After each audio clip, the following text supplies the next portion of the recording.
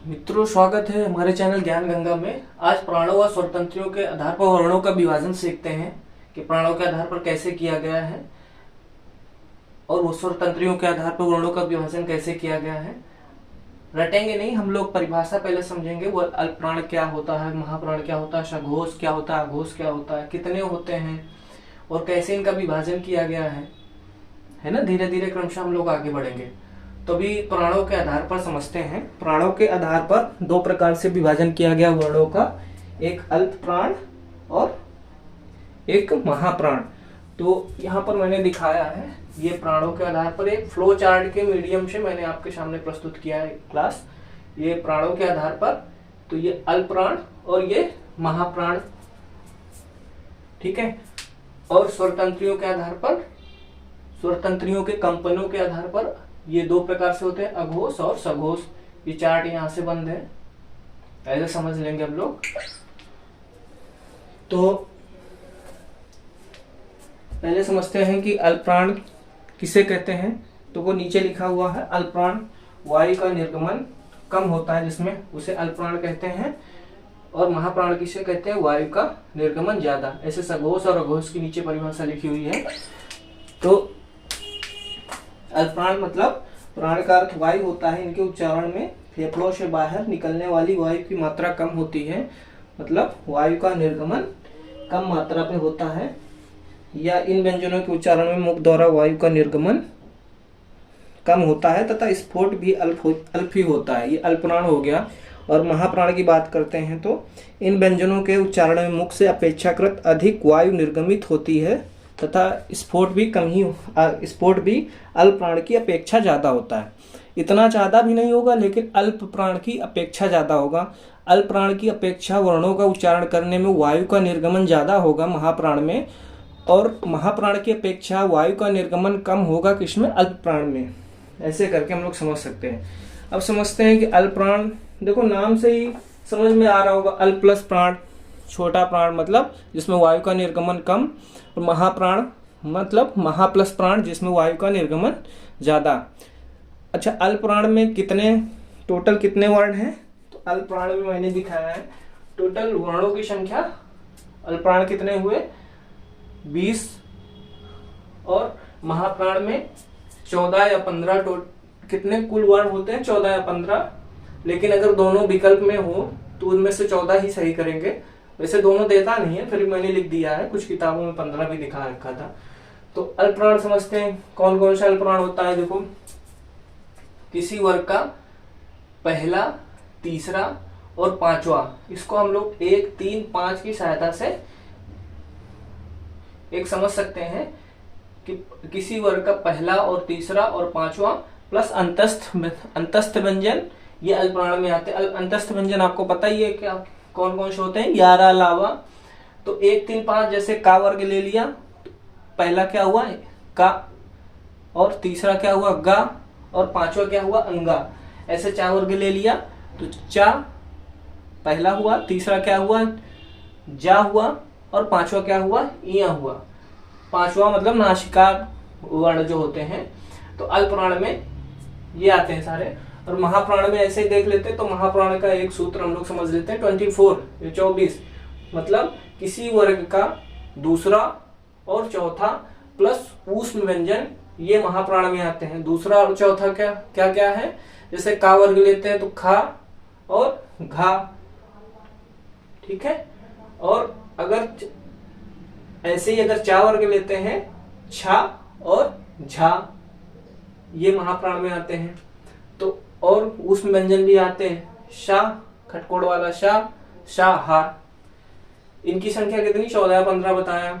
अब देखो, ये हमने प्राणों के आधार पर विभाजन समझा। अब स्वरतंत्रियों के कंपन के आधार पर समझते हैं। स्वरतंत्रियों के कंपन के आधार पर दो प्रकार से इनका वर्णिक विभाजन किया गया, अघोष और सघोष। सघोष को ही घोष भी लिखा जाता है, घोष का उल्टा। तो नाम से ही पता चलता है इनके, अघोष जिसमें घोष कम हो, सघोष जिसमें घोष ज्यादा हो। अब देखते हैं अघोष में कौन कौन से आते हैं। तो वर्ग, किसी वर्ग का पहला, दूसरा, ये अघोष में आते हैं। मतलब जैसे हम लोग उच्चारण करें का, खा, गा, घा, अंगा, तो तो देखेंगे और पाएंगे कि पहले और दूसरे में के वर्ण के उच्चारण में हवा का निर्गमन कम होगा,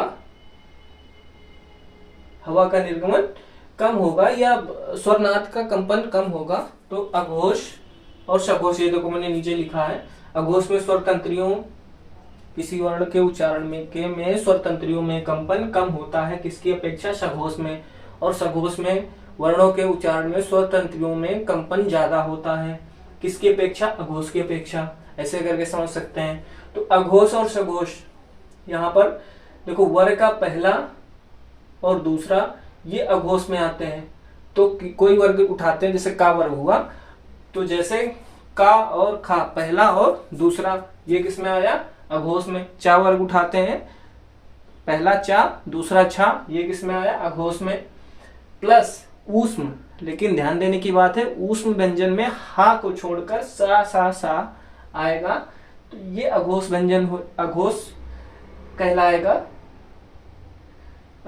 और इसकी वर्णों की संख्या कितने, 13, ठीक है। और वही बात सघोष की बात करें तो सघोष व्यंजन कितने होते हैं, 31। कितने होते हैं मित्रों, 31। अघोष का देखो उल्टा ही सघोष होता है। देखो 13 को हम लोग उल्टा करके 31 लिख सकते हैं, ऐसे करके हम लोग समझ सकते हैं सघोष। तो वो सघोष में कौन कौन से आते हैं, सघोष व्यंजन में किसी वर्ग का तीसरा, किसी वर्ग का चौथा, किसी वर्ग का पांचवा। देखो इसमें पहला और दूसरा आ गया था, तो पहला दूसरा छोड़ के कौन कौन बच रहा है वर्ग में, तीसरा चौथा पांचवा ही तो बच रहा है। ऐसे ही अल्पप्राण में देखा था हम लोग ने, पहला तीसरा पांचवा, अल्पप्राण में देख लिया तो कौन कौन सा बच रहा था वर्ग में, दूसरा और चौथा तो ही बच रहा है। तो ऐसे सघोष की बात कर रहे हैं। तो सघोष में किसी वर्ग का तीसरा, चौथा और पांचवा, जैसे कोई का वर्ग लेते हैं तो गा घा अंगा, ठीक है। चा वर्ग लेते हैं तो जा झा इया, ये सघोष में आते हैं। प्लस या रा लावा, मतलब अंतस्थ व्यंजन भी सघोष में आते हैं। ये हो गई सघोष की बात। तो आज हमने समझा कि अघोष, सघोष, अल्पप्राण, महाप्राण क्या होते हैं। फिर से एक बार समझ लेते हैं। देखो प्राणों के आधार पर दो प्रकार से व्यंजनों को बांटा गया है, अल्पप्राण और महाप्राण। अल्पप्राण में वायु का निर्गमन कम होता है अपेक्षा महाप्राण की, लेकिन महाप्राण में वायु का निर्गमन ज्यादा होता है अगर तुलना करें अल्पप्राण से। सघोष, देखो ये हो गए अल्पप्राण और महाप्राण प्राणों के आधार पर। स्वर तंत्रियों के आधार पर विभाजन समझ लेते हैं। स्वर तंत्रियों के कंपनों के आधार पर दो प्रकार से वर्णों का विभाजन किया गया, सघोष और अघोष। स्वर तंत्रियों में कंपन होता है, ज्यादा होता है, उसको सघोष बोलेंगे, सघोष व्यंजन में आएंगे, सघोष वर्ण में आएंगे। अघोष वर्ण में कौन कौन से आएंगे, स्वर तंत्रियों में जिसके उच्चारण में स्वर तंत्रियों में कंपन कम होगा वो अघोष वर्ण में आएंगे। अब बात कर लेते हैं कि अल्पप्राण में क्या क्या आते हैं, अल्पप्राण की संख्या कितनी होती है। तो अल्पप्राण की संख्या कितनी होती है, 20। और अल्पप्राण में आते हैं किसी वर्ग का पहला, तीसरा और पांचवा, प्लस अंतस्थ व्यंजन। और वहीं महाप्राण में आते हैं दूसरा और चौथा, प्लस ऊष्म व्यंजन। ऊष्म व्यंजन में सा हा, ठीक है। ये हो गया अल्पप्राण और महाप्राण। और अघोष और सघोष, वो अघोष में देखो वर्ग का पहला और दूसरा, और इनकी संख्या कितनी होती, 13, वर्ग का पहला दूसरा और प्लस ऊष्म व्यंजन, लेकिन ऊष्म व्यंजन में हा नहीं आता, हा को छोड़कर सा आता है। ये अघोष व्यंजन होते हैं, अघोष वर्ण होते हैं। और सघोष वर्ण में देखो पहला दूसरा हटा दिया तो तीसरा चौथा पांचवा, वर्ग के तीसरे चौथा पांचवा वर्ण वो सघोष में आता है। प्लस अंतस्थ व्यंजन सघोष में आते हैं। तो अंतस्थ व्यंजन कौन कौन से, 11 अलावा टोटल सघोष की संख्या कितनी होती है, 31।